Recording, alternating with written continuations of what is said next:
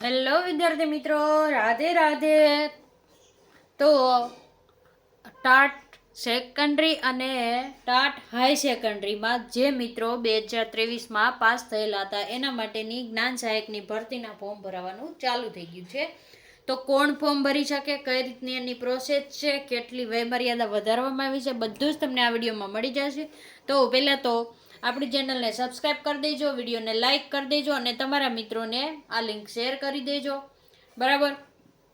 તો સૌ પ્રથમ તો કે ટાટ હાઈ સેકન્ડરી અને ટાટ સેકન્ડરીમાં જ્ઞાન સહાયક ભરવાના છે. શિક્ષણ સહાયક નહીં, જ્ઞાન સહાયક, જે કરાર આધારિત હોય છે. કેટલા હોય છે? 11 મહિનાના કરાર આધારિત.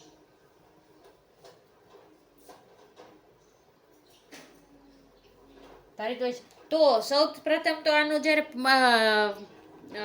ડિટેલમાં કોણ ફોર્મ ભરી શકે ને બધું એવું ને ત્યારે તમને કીધેલું હતું કે કોણ ફોર્મ ભરી શકે. તો સૌ પ્રથમ કોણ ફોર્મ ભરી શકે? તો કે ટાટ છે ને, જે 2023ની છે, જે 2 સ્તરવાળી હતી, દ્વિસ્તરીય હતી, જેમાં પેલું પેપર તો કે પેલું પેપર અને બીજું મેન્સ બંને ક્લિયર કર્યું હોય. પ્રિલિમરી આ પેલું કયો કે પ્રિલિમરી, હાલો લખી દઈએ.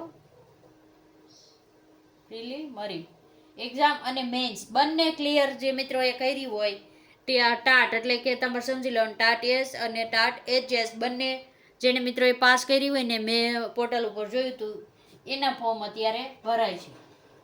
બરાબર. તો આ પ્રક્રિયા તમારી અત્યારે ફોર્મ ભરાવાના 9 તારીખથી શરૂ થઈ ગયા છે અને છેલ્લે 15 તારીખ સુધી તમારા ફોર્મ ભરાશે. 15 તારીખ બરાબર ફોર્મ ભરાઈ જશે.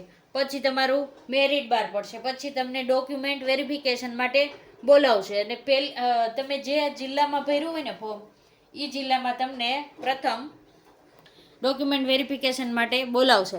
પછી તમારો એ જિલ્લામાં વારો ન આવે તો તમને બીજો જિલ્લો પસંદ કરવા માટે સમય આપવામાં આવશે. પછી તમને એ જિલ્લામાં વેરિફિકેશન માટે બોલાવશે અને ત્યાં પણ જો તમે ન લીધું કે તમારે વારો ન આવ્યો તો તમને ફરીથી જિલ્લો પસંદ કરવાનું કહેશે અને એ રીતે તમે આગળ તબક્કામાં જશો અને છેલ્લે 27 જુલાઈ સુધી, કેટલી 27/7/2026 સુધીમાં આ પ્રક્રિયા તમારી ટાટ સેકન્ડરી ને હાઈ સેકન્ડરી જે મિત્રો પાસ છે એને આ રીતે જ્ઞાન સહાયકમાં નિમણૂક આપવામાં આવશે.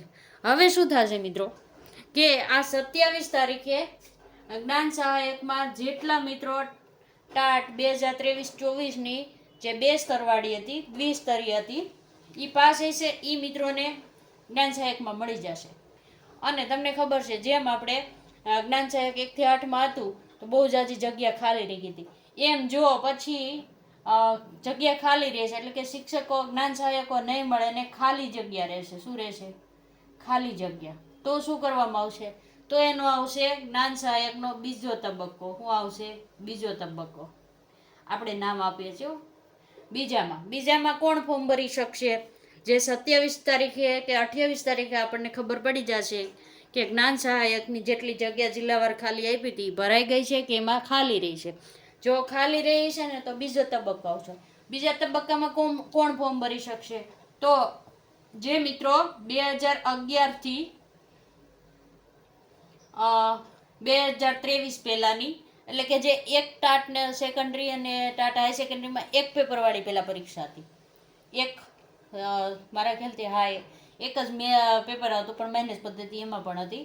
તો 2011થી જે મિત્રો પાસ હશે, કે સમજી લો ને છેલ્લી એક્ઝામ ક્યારે આવી હતી મને વર્ષ યાદ નથી, એટલા માટે 2011થી છેલ્લે 2023 સુધીનું તમે ગણી લેજો.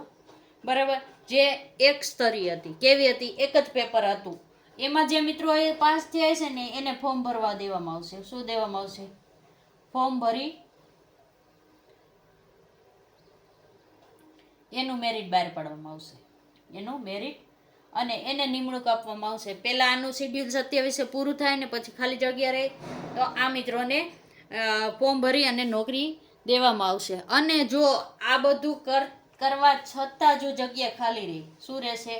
ખાલી જગ્યા, ખાલી જગ્યા. તો પછી ત્રીજો તબક્કો આવશે. કયો આવશે? ત્રીજો તબક્કો. અને ત્રીજા તબક્કામાં તમને કોને ફોર્મ ભરવા દેશે?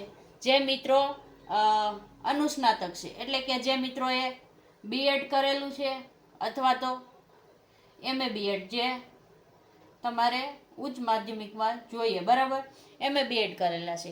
એ મિત્રો જે ટાટ પાસ નથી હો, એને પણ મોકો આપવામાં આવશે. ટાટ પાસ નથી ને છેલ્લો તબક્કો એનો આવશે. જો ઉમેદવારો નહીં મળે ને જગ્યા ખાલી રહેશે તો એને છેલ્લા વર્ષ જે બીએડ તમે કર્યું હોય એના છેલ્લા વર્ષના માર્કના આધારે મેરિટ બનશે. છેલ્લા વર્ષના માર્કના આધારે મેરિટ બનશે અને એ રીતે તમને નિમણૂક આપવામાં આવશે. જો જગ્યા ખાલી રહેશે ને તો આ સિક્વન્સમાં તમારું આગળ ચાલશે, બરાબર. તો હવે આ મિત્રોનો વારો આવશે કે નહીં એ તો હવે 27 તારીખ પછી જ ખબર પડશે કે કોઈ પણ ટાટ પાસ હોય એ મિત્રોને મળશે કે નહીં. હવે તમને એમ થશે આમાં પગાર ધોરણ કેટલું હોય? 11 મહિનાનો કરાર હોય, તમારે 11 મહિના પૂરા થાય એટલે કરાર ઓટોમેટિક પૂર્ણ થઈ જાય છે, બરાબર.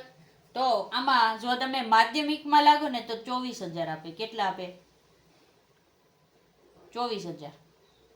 જ્ઞાન સહાયકમાં આપણે 1 થી 8માં હોય ને તો કેટલો આપતા હતા? 1 થી 8માં 21,000 આપતા. કેટલો આપતા હતા? ફિક્સ પગાર. અહીંયા 24,000 આપે. અને તમે જો ઉચ્ચ માધ્યમિકમાં લાગો તો તમને 26,000 ફિક્સ પગાર આપે. કેટલો આપે? 26,000, બરાબર. તો તમારી વય મર્યાદા તો કે માધ્યમિક માટે તમને જો ફોર્મ ભરો મિત્રો તો 48 વર્ષ અને ઉચ્ચ માધ્યમિક માટે 50 વર્ષ. કેટલા? 50 વર્ષ કરી દેવામાં આવ્યા છે. ટૂંકમાં કોઈ પણ મિત્રને ઉંમર વહી ગઈ હોય ને જેને હવે નોકરીમાં ચાન્સ ન હોય એ મિત્રો પણ જ્ઞાન સહાયકમાં જોડાઈ શકે છે ટૂંકમાં, બરાબર મિત્રો. તો આ હતી જ્ઞાન સહાયકમાં કોણ ફોર્મ ભરી શકે અને એની પ્રોસેસ બધી જ તમે વેબસાઇટ ઉપર જાશો એટલે તમને મળી જશે. જો ઘણા મિત્રો કમેન્ટ કરતા હતા મેડમ ખુલતું નથી ને ફોર્મ ભરવું નહીં, તો મિત્રો અત્યારે તમે 2023-24 વાળા પાસ હશો ને તો જ તમારું સીટ નંબર નાખીને રજીસ્ટ્રેશન તમે કરી શકશો. વર્ષ પહેલાં તો નાખવાનું આવે છે ટાટનું, બરાબર, તો જ કરી શકશો. અને આમાં 27 તારીખ પછી જો ખાલી જગ્યા રહેશે, નવી કાંઈ અપડેટ હશે તો આપણે વિડીયો બનાવીને પાછા તમને કહેશું ફોર્મ ભરાશે એટલે. તો પહેલાં આપણી ચેનલને સબસ્ક્રાઈબ કરી દીજો, વિડીયોને લાઈક કરી દીજો, બરાબર. માહિતી સારી લાગતી હોય તો વિડીયોને પૂર્ણ કરીએ છીએ. રાધે રાધે.